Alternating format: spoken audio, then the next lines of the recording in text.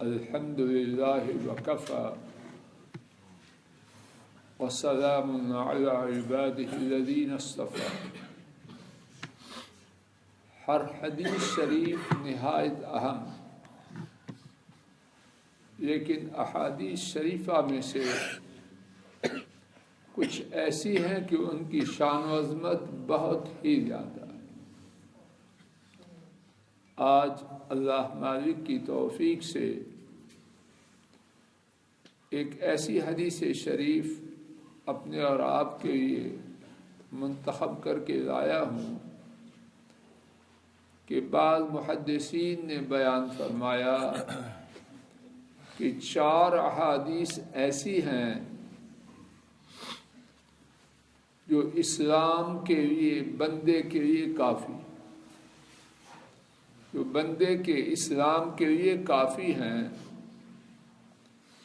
اور ان 4 میں سے ایک حدیث وہ ہے جو ابھی آج کے ہمارے سبق میں انشاءاللہ سنی جائے۔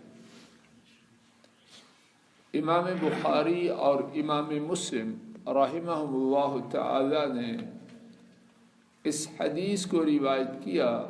حضرت نعمان بن بشیر رضی اللہ تعالی عنہما نے اسے روایت کیا۔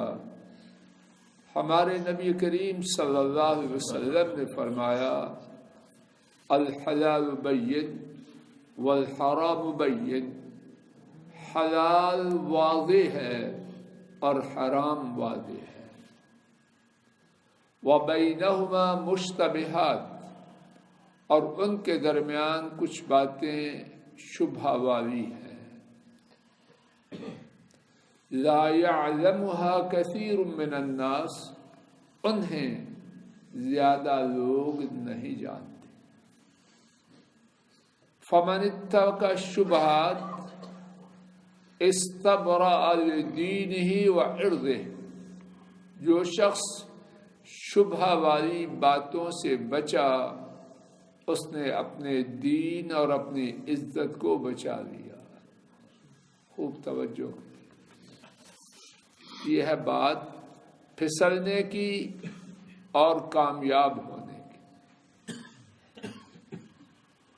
جو شخص شبہ والی بات سے بچ گیا اس نے اپنے دین اور اپنی عزت کو بچا لیا۔ ومن وقع فی الشبہات فقد وقع فی الحرام، اور جو شخص شبہ والی باتوں میں پڑ گیا وہ حرام میں واقع۔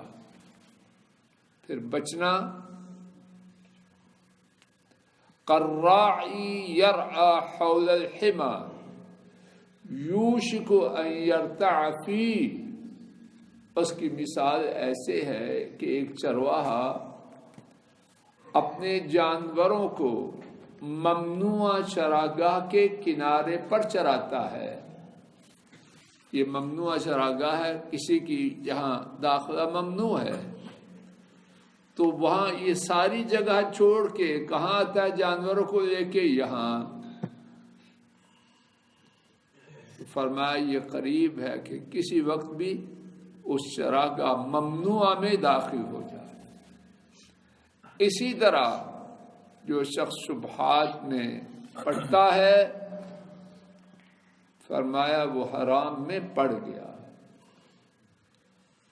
الا وان لکل ملک حما وان حما اللہ فی الارض محارم، ہر بادشاہ کی خبردار چراگاہ ہوتی ہے جس میں داخلہ ممنوع ہوتا ہے، اور اللہ تعالیٰ کی چراگاہ دنیا میں، زمین میں اس کی حرام کردہ چیزیں ہیں کہ ان کے قریب نہیں جانا۔ اب جو ان سے دور ورے رہتا ہے انشاءاللہ الرحمن وہ اپنے دین اور اپنی عزت کو بچاتا ہے، اور جو ان کے قریب جاتا ہے اپنے خیال میں میں حرام میں تو نہیں، تو کیا ہوتا ہے؟ وہ حرام میں چلا جاتا۔ بزرگوں، بھائیوں، بیٹوں، کیا ہماری ایک بہت بڑی اکثریت کی تباہی کا سبب یہ نہیں؟ بظاہر اپنے خیال میں دین والے ہیں، وہ کہتے ہیں ہم نافرمانی کی بات تو نہیں کر رہے، لیکن نافرمانی کے کنارے پہ پہنچ کے زندگی بسر کرنے کی کوشش کرتے ہیں، نہیں ہوگا۔ نبی کریم صلی اللہ علیہ وسلم کی بات درست ہے یا میری آپ کی رائے درست ہے؟ انہوں نے کیا فرمایا؟ جو شخص اپنے آپ کو شبہات سے بچاتا ہے اس نے اپنے دین کو بھی بچایا، اپنی عزت کو بھی بچایا، اور جو شبہات میں پڑتا ہے کیا فرمایا؟ حرام میں پڑ گیا۔ اپنے لیے، اپنے اہل و عیال کے لیے سوچیں، خطرناک صورتحال اختیار نہ کریں۔ اور قرآن و سنت میں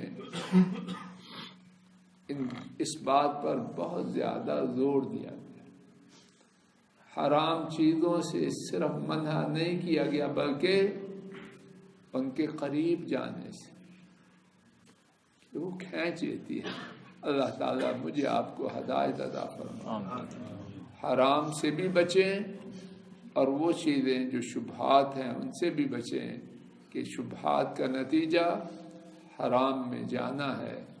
اللہ تعالیٰ جو ہو چکا وہ معاف کر دے، اور آئندہ اپنے فضل و کرم سے حلال اور طیب صورتوں میں ہماری گزارے، ہمارے اہل و عیال کی گزارے۔ اے اللہ باران رحمت فرما، اے اللہ باران رحمت فرما، اے اللہ باران رحمت فرما، اے اللہ باران رحمت فرما۔ اے اللہ بارشوں کا نہ آنا یقیناً ہمارے گناہوں کی وجہ سے ہے۔